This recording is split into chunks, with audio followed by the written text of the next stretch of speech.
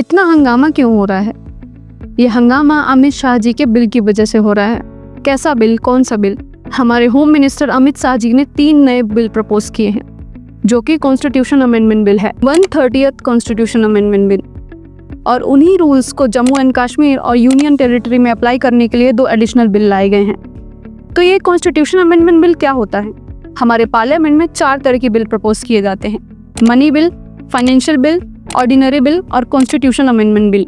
Constitutional amendment bill pass किए जाते हैं हमारे संविधान में बदलाव करने के लिए, यानी अमित शाह जी ने जो बिल प्रपोज किया है उससे हमारे संविधान में बदलाव आएगा और हमारे संविधान के 3 आर्टिकल्स में बदलाव किया जाएगा। तो कैसा बदलाव किया जाएगा, चलिए समझते हैं। हमारे कॉन्स्टिट्यूशन फ्रेमर्स ने, यानी हमारे संविधान को बनाने वाले लोगों ने सोचा था कि अगर कोई बड़ा लीडर अरेस्ट होता है तो वो मोरालिटी के बेसिस पे, यानी नैतिकता के आधार पर खुद ही रिजाइन कर देगा। लेकिन पिछले कुछ सालों में हमने देखा कि मिनिस्टर्स जेल में होते हुए भी अपनी कुर्सी पर बने रहे, यानी अपनी सरकार चलाते रहे। और अभी की सिचुएशन ऐसी है कि अगर हमारे किसी मिनिस्टर के केस का जजमेंट नहीं हुआ, यानी उनका फैसला नहीं आया, तब तक वो अपनी कुर्सी पर बने रह सकते हैं। लेकिन अगर किसी क्रिमिनल केस का जजमेंट आ गया है और उन्हें 2 साल या उससे ज़्यादा की सज़ा मिलती है तो उनको अपने पद से डिस्क्वालीफाई कर दिया जाएगा। तो इस तरह से कहा जा सकता है कि जब तक ये फाइनल नहीं हो जाता कि किसी मिनिस्टर ने जुर्म किया है, यानी क्राइम किया है या नहीं, तब तक वे अपनी ऑफिस होल्ड कर सकते हैं। तो अमित शाह जी ने जो बिल प्रपोज किया है वो क्या कह रहा है? वो कह रहा है कि अगर किसी मिनिस्टर को जेल हो जाती है तो उसे 30 दिन के अंदर बेल लेनी होगी।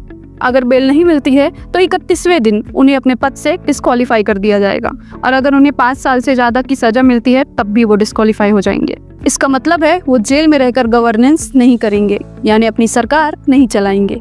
अगर उन्हें बाद में बेल मिलती है तो वो वापस अपना पद संभाल सकते हैं। यही सेम रूल यूनियन टेरिटरीज में, यानी दिल्ली, पुदुचेरी और जम्मू एंड कश्मीर में भी लागू होगा। इसका मतलब है कि मिनिस्टर्स बिना कन्विक्शन के ही डिस्क्वालीफाई हो जाएंगे।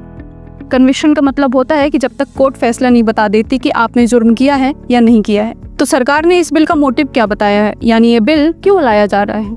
उनका कहना है कि वो डेमोक्रेसी यानी लोकतंत्र को बचाने के लिए ये बिल ला रहे हैं। उन्होंने कहा है कि ये देश में करप्शन खत्म करेगा और क्लीन पॉलिटिक्स लाएगा और ये बिल सब पे इक्वली अप्लाई होगा, चाहे वह रूलिंग पार्टी हो या अपोजिशन पार्टी हो। तो चलिए अब हम इसके दोनों एस्पेक्ट समझते हैं, पॉजिटिव और नेगेटिव, यानी सकारात्मक और नकारात्मक दोनों पहलू समझते हैं। तो सबसे पहले हम सकारात्मक पहलू यानी पॉजिटिव इम्पैक्ट की बात करेंगे। इससे होगा ये कि जो हमारे करप्ट पॉलिटिशियंस हैं वो जेल में रहते हुए भी अपनी कुर्सी से चिपके नहीं रहेंगे। गवर्नेंस में ट्रांसपेरेंसी और मोरालिटी बढ़ेगी और सबसे बड़ी बात, पब्लिक का ट्रस्ट बिल्ड होगा कि जो नेता हैं वह भी कानून के अंदर आते हैं और ये एक यूनिफॉर्म रूल होगा जो हर जगह पर एक जैसा अप्लाई होगा।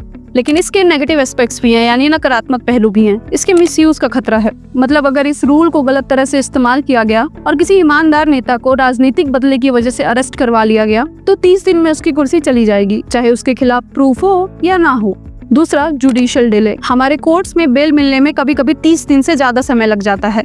ऐसे में एक इनोसेंट लीडर डिस्क्वालीफाई हो जाएगा। स्टेबिलिटी इशू, यानी अगर बार बार मिनिस्टर्स को अरेस्ट करके हटाया जाने लगा तो गवर्नेंस में इंस्टेबिलिटी आ जाएगी। और अपोजिशन का कहना है कि सरकार इस कानून को अपने ओपोनेंट्स के खिलाफ, यानी अपने विरोधियों के खिलाफ हथियार बना सकती है। और सबसे बड़ी बात, मिनिस्टर्स का रिमूवल सिर्फ डिटेंशन के बेसिस पे किया जा रहा है, ना कि कन्विक्शन पे, जो कि कॉन्स्टिट्यूशन के मेन प्रिंसिपल को कॉन्ट्रडिक्ट करता है, जो कि है इनोसेंट अंटिल प्रूवन गिल्टी।